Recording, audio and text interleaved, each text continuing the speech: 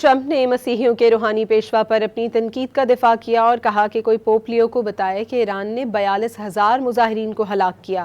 امریکی صدر نے ٹروتھ سوشل پر جاری بیان میں کہا، کیا کوئی براہ کرم پوپ لیو کو بتائے گا کہ ایران کے پاس جوہری بم ہونا قطعی طور پر ناقابل قبول ہے۔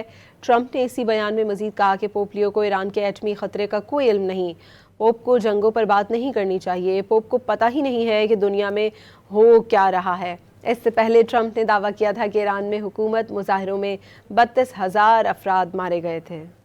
کویت میں امریکہ کے تباہ ہونے والے لڑاکا طیارے کی ویڈیو پوسٹ کرنے والے صحافی کو حراست میں لے لیا گیا ہے۔ امریکی نشریاتی ادارے کے مطابق کویتی صحافی احمد شہاب کو حراست میں لے لیا گیا ہے۔